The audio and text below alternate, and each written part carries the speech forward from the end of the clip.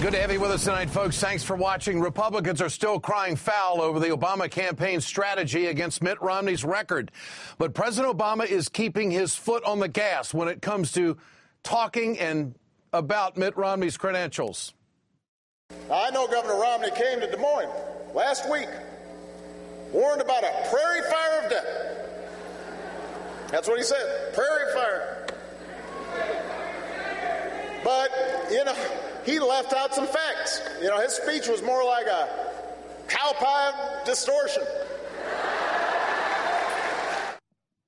Mr. Romney has to rely on a cow pie of distortion because he can't rely on the truth.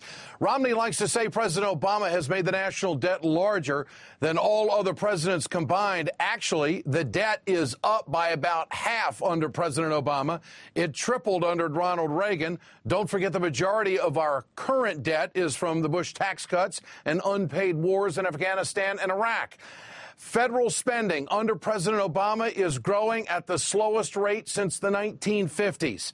Mitt Romney needed to distort President Obama's record in Iowa because Romney seems to have problems when he tries to talk about his own policies in Iowa. And there are various ways of doing that. One is we could raise taxes on people. That's not the way. Corporations are people, my friend. We can raise taxes on. Of course they are. Everything corporations earn ultimately goes to people. So, where do you think it goes?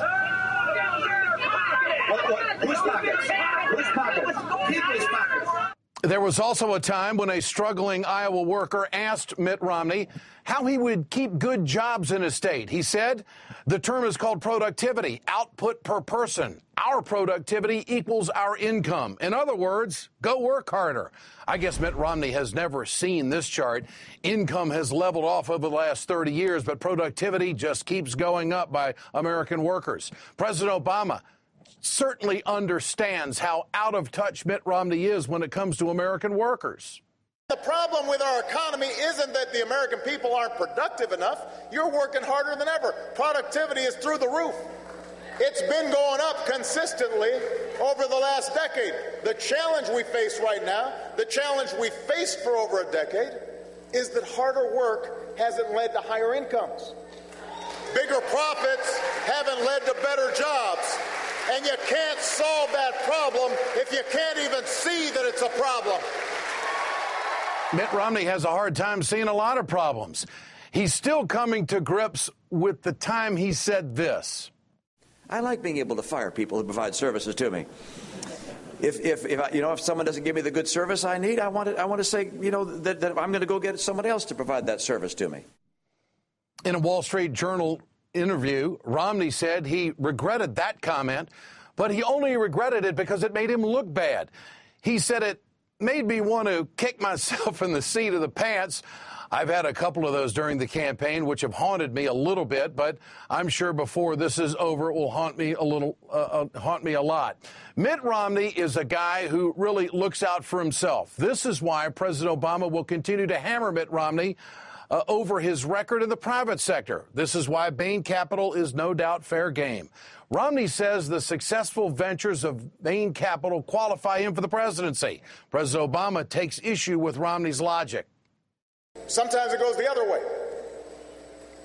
Workers get laid off. Benefits disappear. Pensions are cut. Factories go dark. In some cases, companies are loaded up with debt, not to make the companies more productive, not to buy new equipment to keep them at the cutting edge, but just to pay investors. That may be the job of somebody who's engaged in corporate buyouts. That's fine. But that's not the job of a president. That's not the president's job. There may be value for that kind of experience, but it's not in the White House. The Republicans picked this fight. They decided Mitt Romney's business background was his greatest strength. It might be his biggest weakness, and right now it is the best talking point and presentation for the Obama administration and campaign. Get your cell phones out. I want to know what you think. Tonight's question, will Mitt Romney get away with his cow pies of distortion? Text A for yes, text B for no to 622-639. You can always go to our blog at ed.msnbc.com. We'll bring you the results later on in the show. Joining me tonight is independent senator from Vermont, Bernie Sanders. Senator, good to have you with us tonight. Have the Democrats done a good job in defining Mitt Romney early in this campaign? What do you think? I think they've done a reasonable job, but we can do, and Democrats can do, a lot better. Look, at the end of the day, after everything is said and done, what Romney's economics is about is trickle-down economic theory. That's what George W. Bush practiced for 8 years. We lost during that period 600,000 jobs. Median income went down. The rich got richer. Poverty increased. So I think what the Democrats have got to be very clear about, and what the president has got to be very clear about, is to say we cannot afford to give more tax breaks to the richest people in this country when we already have the most unequal distribution of wealth and income of any major country on earth, Ed, and it's far greater in this country than at any time since the 1920s. We can't do more deregulation of Wall Street when deregulating Wall Street caused the horrendous recession which has led to so much suffering in America. And in my view, you can't do more unfettered free trade when we've lost 60,000 factories in the last 10 years. And by the way, that is Mitt Romney's economic program. End of discussion. There's no doubt about it. There's no doubt about it. What do you see his biggest weakness right now? The Romney campaign, as they seem to be counterpunching quite a bit on the defensive, what is their biggest weakness as you see it? I think their biggest weakness is when you pare away all of the rhetoric, they've got nothing to say about how they're going to create decent-paying jobs in America. Their biggest weakness is they support the Paul Ryan Republican budget, which will devastate Medicare, Medicaid, education. His biggest weakness is he does not want to invest in infrastructure or transform our energy system. Bottom line, ultimately, this guy is as clear as I can see, a candidate of the rich and large corporations. And I think if the Democrats go after him effectively, he's got no legs to stand on. It is just the extension of the Bush years, as I see it, Senator. You know, there's an Associated Press report out that shows that top CEO pay in this country is equal to $3,489 years of pay for a typical worker in this country. How in the world can Republicans go around denying the existence of income inequality in this country? Just those numbers alone tell the story. What are your thoughts on that? Ed, I think as a nation, we have really got to focus on this issue. Let me give you one fact, just one fact.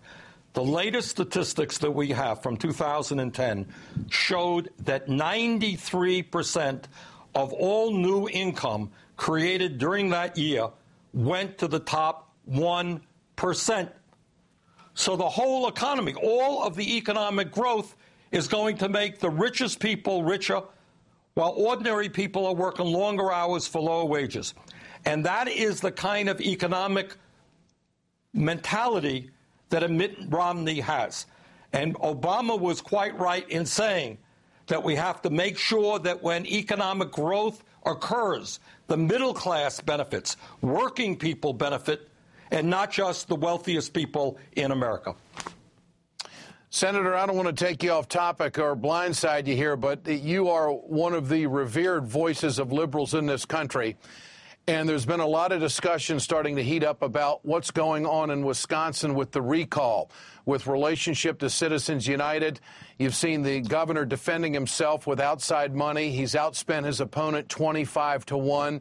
I want your thoughts, and I think our audience wants your thoughts on what's unfolding in Wisconsin. What does it mean? We've heard a lot of Republicans who are coming in and defending Scott Walker, saying that this has got big ramifications beyond the vote on June 5th.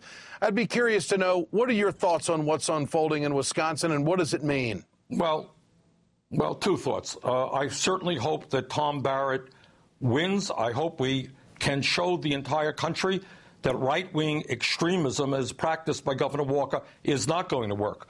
But the other thing, Ed, is you've just indicated that we are seeing, is that with Citizens United now, billionaires and corporations can pump as much money as they want into the political process.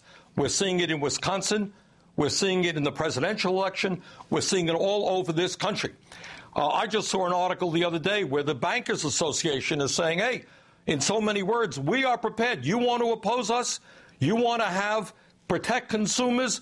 We're prepared to spend $500,000, $1 million on your opponent.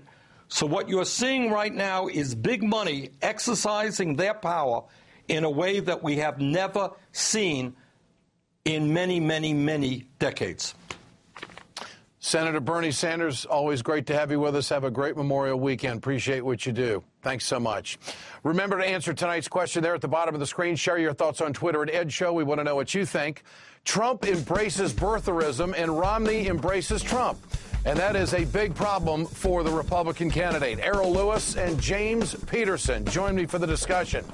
How much will Mitt Romney's car elevator cost? Our panel will take a guess at that. Mike Papantonio, Caroline Heldman, and Jimmy Williams weigh in on that tonight. Lots more coming up. Stay with us. We're right back.